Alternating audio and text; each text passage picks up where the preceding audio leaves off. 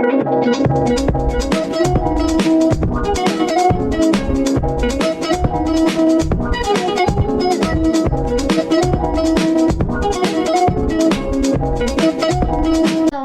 warahmatullahi wabarakatuh. Perkenalkan, nama saya Islami Nurdiana dari Prodi Pendidikan Ekonomi Universitas Hamzah Madi. Nah, di sini saya akan menjelaskan 3 metode dalam analisis laporan keuangan. Nah, apa saja sih? Yang pertama nih, analisis perbandingan, yang kedua analisis tren, dan yang ketiga ada analisis common size. Nah, simak yuk bersama saya di video selanjutnya. Oke, di sini saya menganalisis annual report laporan tahunan 2021 dari PT Polychain Indonesia Tbk, yang dimana perusahaan ini adalah perusahaan manufaktur. Baiklah, saya akan menjelaskan analisis perbandingan. Oke, sebelum saya menjelaskan cara menganalisis laporan keuangan dengan menggunakan teknik analisis perbandingan, saya akan menjelaskan terlebih dahulu apa sih analisis teknik perbandingan itu. Nah, analisis teknik perbandingan laporan keuangan adalah teknik analisis laporan keuangan yang dilakukan dengan cara menyajikan laporan keuangan secara horizontal. Nah, yang dimaksud dengan horizontal itu artinya membandingkan laporan keuangan beberapa periode dari suatu perusahaan dan membandingkan antara satu dengan yang lain dengan menunjukkan informasi keuangan atau data lainnya baik dalam rupiah atau dalam unit. Nah, di sini saya sudah menganalisis laporan keuangan dari PT Polychain dengan menggunakan analisis perbandingan. Nah, bisa dilihat ya. Nah, di sini untuk mengetahui naik atau turunnya aset-aset dari perusahaan tersebut, yang pertama kita harus mencari selisih terlebih dahulu. Nah, bagaimana sih cara mencari selisih? Selisih itu dapat dicari dengan cara tahun sekarang dikurangi dengan tahun sebelumnya. Nah, di sini kan saya menganalisis laporan keuangan yaitu tahun 2021. Maka dari itu berarti tahun sekarang dikurangi tahun sebelumnya, berarti tahun 2021 dikurangi dengan tahun 2020. Nah, misalnya data saya di sini kan kas dan setara kas. Nah, di tahun 2021 itu besarnya kas dan setara kas itu 11.354.939 rupiah. Sedangkan di tahun 2020 11.041.822. Jadi 11.354.939 rupiah dikurangi dengan 11.041.822 rupiah.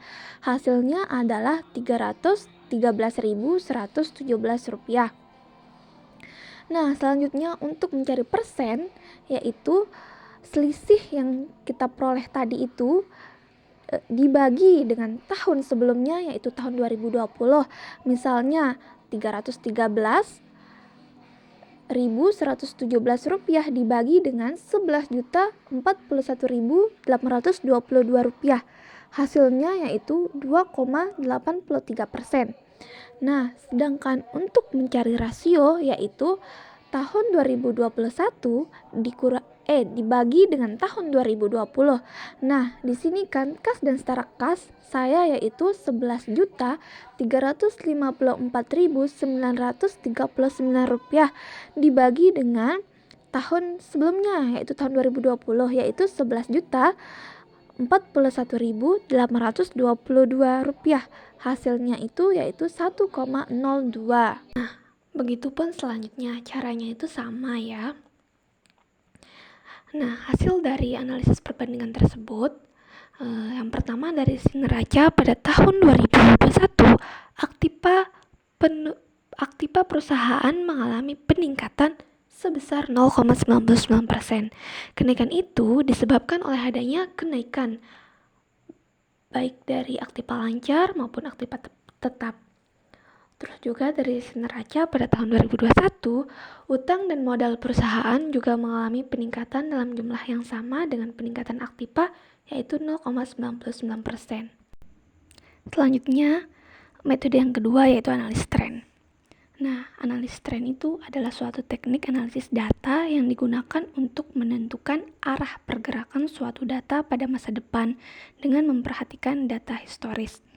Nah, kan di sini saya menggunakan data di 3 tahun terakhir, yaitu 2018, 2019, dan 2020 untuk menganalisis tren di tahun 2021, 2020, dan di tahun 2019. Untuk mengetahui analis tren di tahun 2021, 2020, dan 2019, kita harus mencari tahun dasar terlebih dahulu, yaitu tahun 2018, karena kita akan menganalisis data di 3 tahun terakhir, yang dimana rumusnya adalah yang pertama, analisis tren 2019, yaitu tahun 2019 dibagi tahun dasar, yaitu 2018 dikali 100.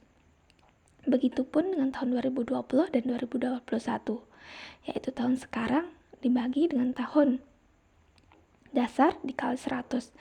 Nah, misalnya di sini kas dan setara kas 2018 atau tahun dasar itu besarnya sebanyak 14.090.912 rupiah. Untuk menganalisis tren 2019, maka kas dan setara kas di tahun 2019 dibagi dengan tahun 2018 dikali 100, yaitu 13.385.236 rupiah dibagi dengan 14.090.912 rupiah dikali 100. Hasilnya yaitu 94,41%. Begitupun dengan cara menganalisis tren 2020 dan 2021 dikali dengan 100. Dan yang ketiga, analisis common size. Analisis common size adalah suatu metode analisa untuk mengetahui persentase investasi pada masing-masing aktiva terhadap total aktivanya, juga untuk mengetahui struktur permodalannya. Nah, di analisis laporan keuangan saya, untuk menganalisis common size, di sini harus kita cari persen dari subtotal dan persen dari total, yang dimana persen dari total dapat dicari dengan cara pos-pos yang ada di total aset lancar itu dibagi dengan total keseluruhan dari aset lancar. Selanjutnya, pos-pos yang ada di aset tidak lancar itu dibagi dengan total keseluruhan dari aset tidak lancar. Terus kalau di persen dari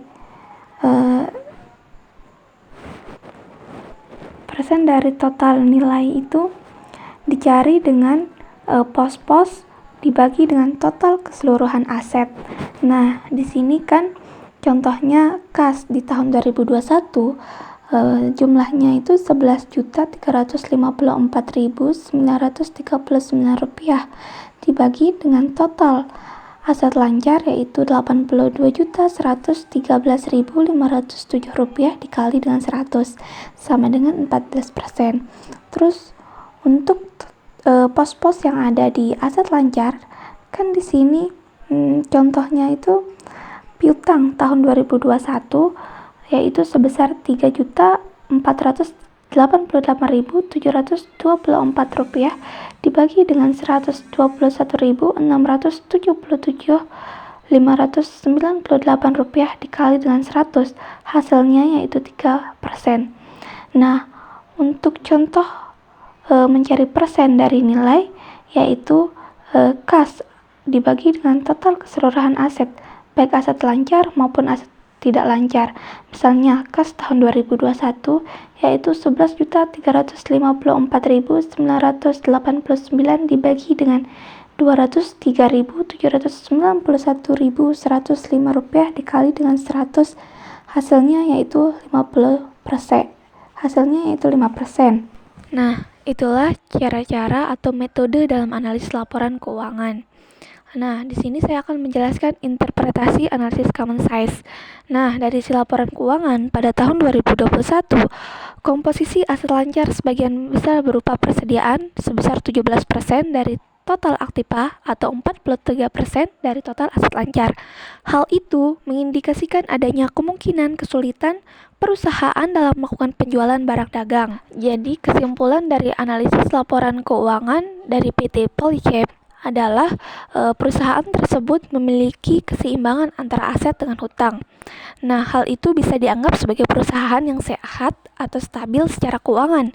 Keadaan ini seringkali disebut sebagai perusahaan yang memiliki rasio utang yang seimbang atau sehat. Oke, cukup sekian dan terima kasih.